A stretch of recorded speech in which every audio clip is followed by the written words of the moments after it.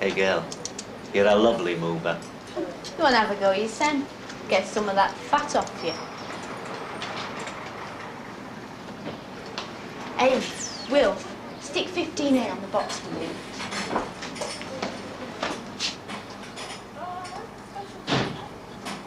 Come, Edbert. No, Frank, let's go home and I'll make you a frankfurter butter. OK, but just let's have a cup of tea first. I'd rather stop out in the lorry. Well, I won't argue with you.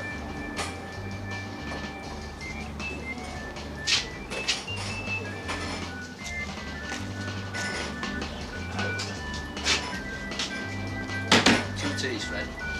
Hiya, Frank.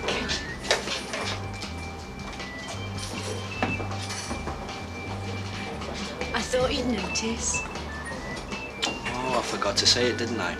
Did play in our tune. Two. Have one yourself if you want. 3 altogether. Thanks. I think I can manage this one by myself. I'll be in there. Hey, how do I know I'm wanted? Oh, you are.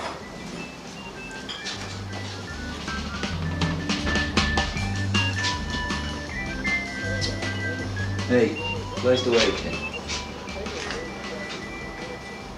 That was quick. I thought you'd be half an hour jabbing. Yeah, well, I'm a man of few words, aren't I? Do you know, this tune reminds me of something, but I can't place it. Try Buddy Holly. You're right. Naturally. I remember the day he got killed, you know. My first day, my first job at work. And this girl came in, her face all blotched up with crying. He wasn't like any of the others, Little Richard or any of that lot. He was sort of refined, you know, with his horn-rimmed glasses and everything. So that's how you like your fellas? You know what I mean. You fool. Do you mind if I join you? No, go ahead, sit down.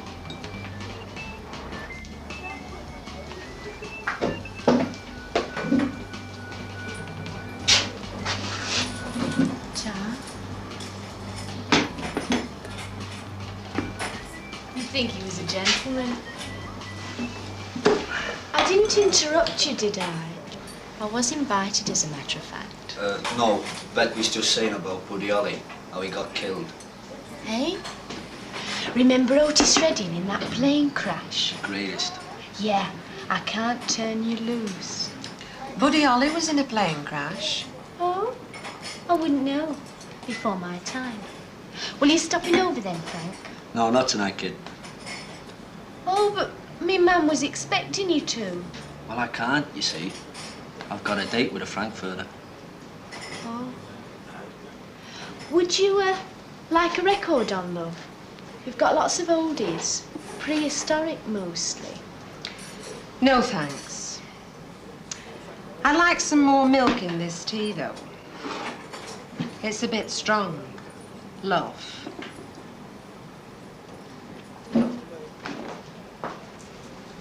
Well, what are you grinning at? You could always scratch your eyes out, you know. Now, listen, you can stop here if you want to, because you're obviously used to stopping over. It's a bed and breakfast and it's dirt cheap. I bet that's not the only thing. Careful. Oh, come on, Frank, let's go. OK, be quiet. We'll do a movie.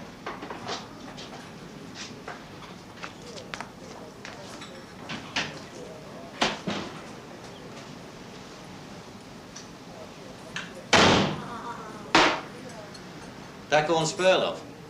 Oh, boot. Milky, innit?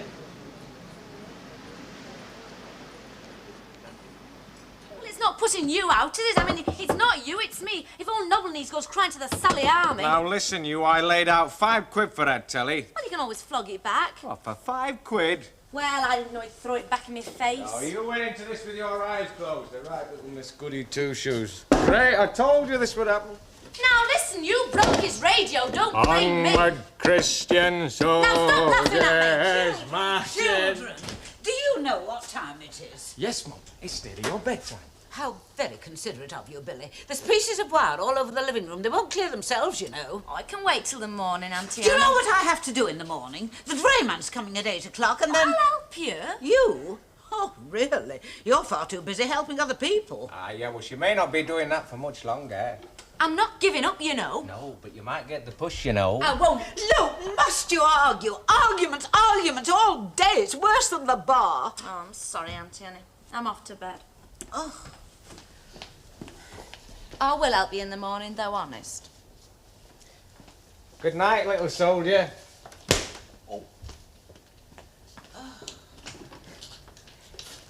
Poor kid.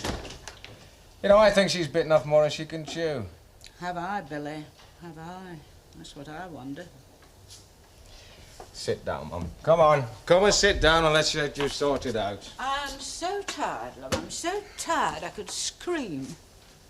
Look, about this housekeeping business, why don't you get somebody in to help you? Now that Mrs. Ogden's working in the shop. Look, that's the whole point, love. Now, she'll only be there for a short time. If I get anyone else in and then she comes back, the rumpus. I've had it once before, Billy, I know. Simply not worth it to me. All right, well, why don't you just let things slide for a bit? Oh, I don't mean the pub, but... I mean, come on, a bit of wire in the city. Your father, if he would ever have did cleared a job. up behind him, yeah, I know. Not that I'm ungrateful, Billy. I mean, I know that lamp did need a longer flex. I don't live up to him, do I? No, I know you want me to, but I just don't. Look, love, you've been very good to me. You and Lucille. You're all I've got here. You and the pub. You know, this was my first day. My first day with my name up there. It had to go well for me, love. It had to. And it did, though, didn't it? I mean, it's a fine house you keep here, Mrs. Walker. I didn't tell you, love. 2 Irishmen came in and started quarrelling. My heart was in my boots. Oh, you thought they'd start throwing bombs, did you? An omen, it would have been a bad omen. You know what happened? One of them had lost his shoe, apparently. The other started to help him find it, and they went out the best of friends. Yeah. It's a whole world, isn't it? It's a whole side world in here for you, this pub. You know, however much the work is good for you, it stops you thinking about things. I miss him, Billy.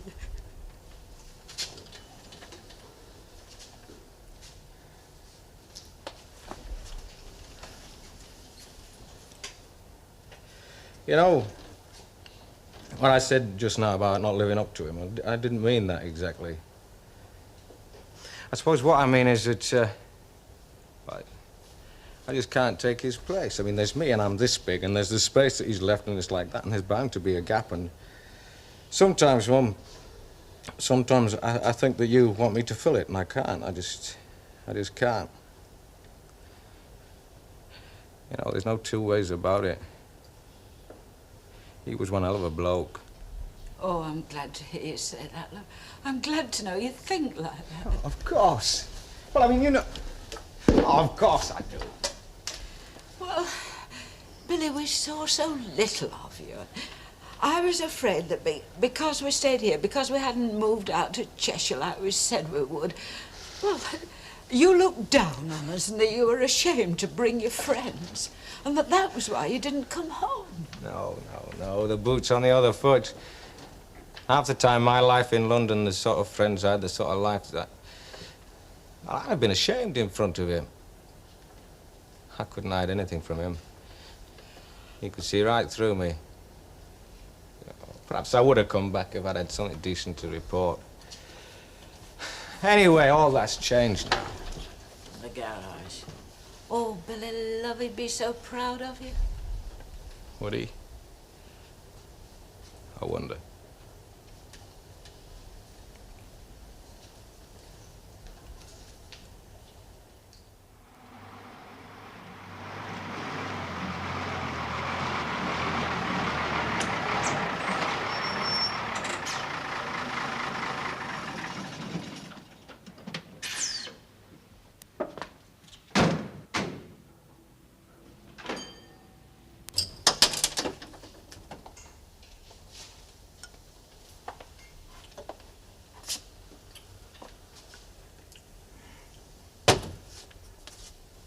Will I pass? Taste it first. What for? You never know. Can't be too careful in this life. I've told you it's me cooking that's sheer poison. I'll remember that. Hey, I've just had a thought. Why aren't we eating hot dogs? Because I fancied fish and chips. No, but I didn't. Ah, that's why you didn't have none. No, but hot dogs was my idea and I forgot. That's me secret. To drive all other thoughts out of your head. All other thoughts but what? You tell me.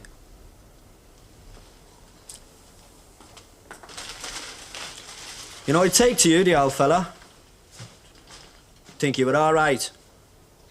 You know, I might be the amazing Bet Lynch and all that, and I'm not doing right bad as a geisha girl. But what I can't do is hear through walls. What's paying you a compliment? Tell me more. I said you'd go down with the old fella. What I'm more concerned about is going down with you. That's 'cause you're ignorant. Why? Did you want to take me home and show me off? I don't know where he is. He's a seaman. Shifts around a lot. I suppose I could trace him if I wanted. I mean, if I was in trouble and spread the word, yeah, he'd come. What makes him so important to you? The old fella. Well, nobody can put one over on him. I mean, he knows how to carry on. I once saw him do a bloke in. Oh, near enough. Had 20 stitches in his head. Fella came at him with a bottle. Should have seen the blood. Who had the stitches? Well, it wasn't me old fella, that's for certain. Told you he knows how to carry on. Like with the old girl.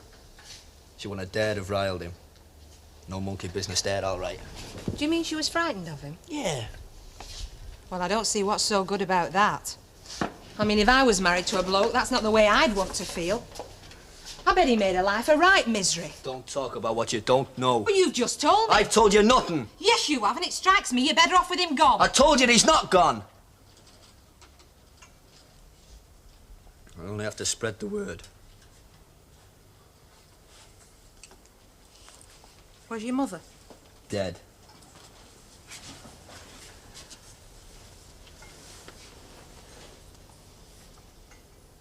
Frank, if she'd have been alive, and with your dad and all that, would you take me round to see him? Would you? Why not? Can I have a sip?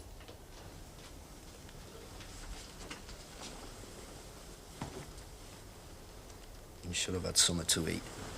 Yeah, well, I'm not like you. If I ate what you ate, I'd blow up like a balloon. You wouldn't fancy me wearing corsets, would you?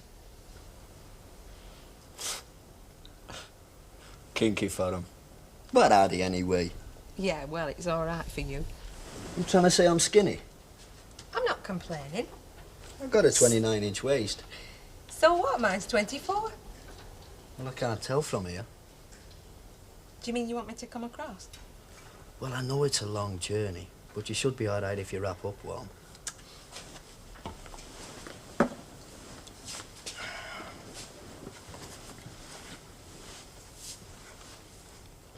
Feels more than 24 to me. Oh, I've left that fire on, honest, the electric bill this month. Romantic, aren't you? Hark, who's talking? Me? Oh, I'm dead romantic. Darling, did you like it up on the moors with all that heather and lollipops? Yeah. Oh, it was though, wasn't it? Ah, if you like that kind of thing. It's 'cause you're so high up. I saw the sky once and I thought it was the sea. It looked just like the sea. Jumping, Joseph, blind as well. Sure up. Well, if I can't talk to you.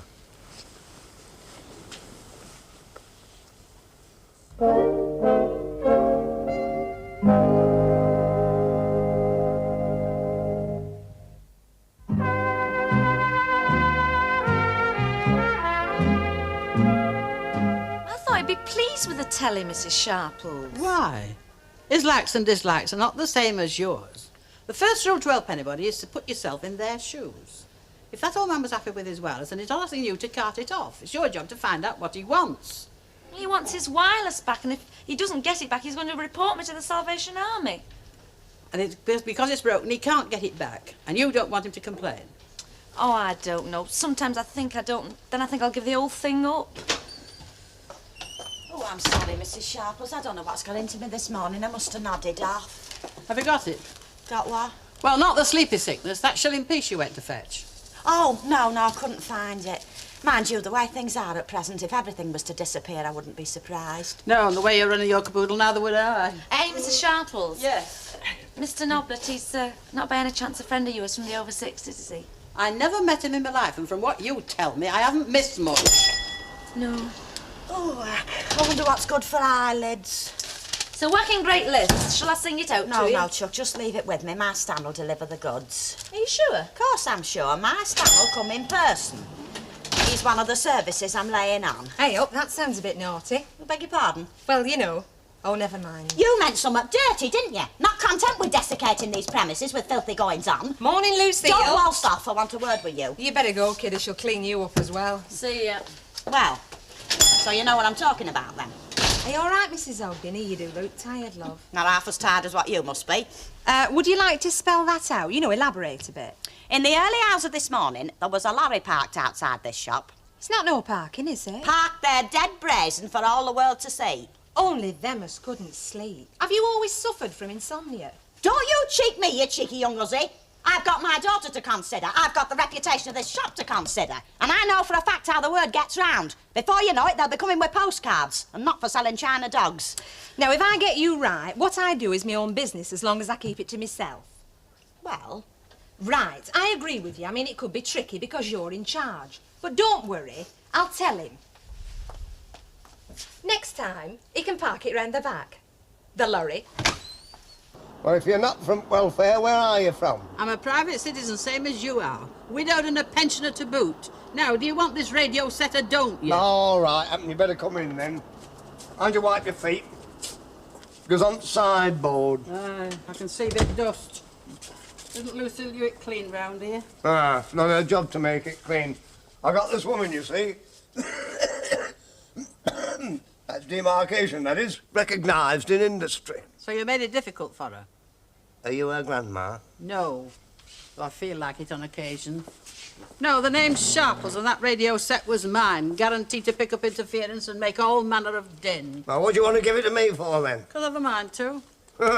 Stop me telling tales to the Sally Army. Would you? Well, I've a right to. Sending me a chit of a girl like that. That chit of a girl has got a lot to her. Given a bit of experience, she can do other folks a lot of good. Oh, she didn't do me any good, did she? She didn't even cut me toenails. Did you ask her? Well, she should have known. If she'd just cut me toenails, I might have been able to go out for a bit. She was new to it, and you did all you could to put her off. She started with plenty of spirit, and now it's all but gone. Well, I don't like folk coming to cut me toenails. Waiting on do-gooders to come and give me a bite to eat. Well, it might sound harsh, but you've got no choice. Well, I don't like it. Well, you don't need to take it out on them. They're used to it. That girl wasn't. Do you want her to be discouraged? She's a nice little figure. Oh, so it's not all black marks. And if you see her, you can tell her just that. I'm not getting at you, Frank. It's just that I don't happen to like westerns. I mean, fair enough, you do. Yeah. I mean, you go on all that continental stuff. You can't even get what they're talking about. Well, they do happen to have subtitles. That's all right if you can read. Yeah, but you wouldn't even go and see one, would you? Right, I wouldn't. Ah, give me a good book anyway. The Thoughts of Mao Zedong. Oh, don't you start. You're missing a great movie. All right, well, it's my loss then. You take him back? No, it's a place for everything. Saw your wagon outside there last night. Yeah, so did Emma's ma. And she could make things very difficult. Don't make me laugh. For Bet. Come off it. Look, I've been around here longer than you, Spar. I think I know the way things work. Yeah, you got bogged down, didn't you, Ray?